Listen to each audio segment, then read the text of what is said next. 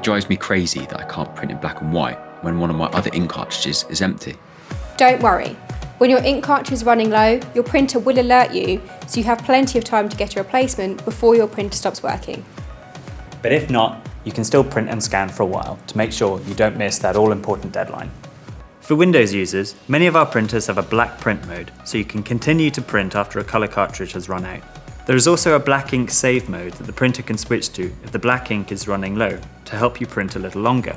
The printer will use the colour cartridges to create grey, helping your black ink last a little longer.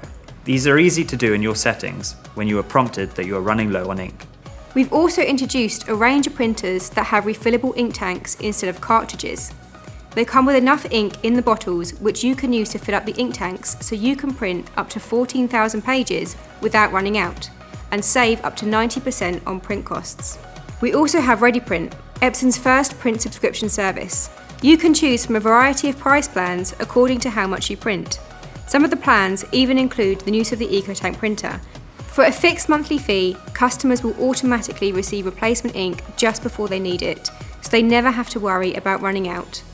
With Epson, you're always ready to print.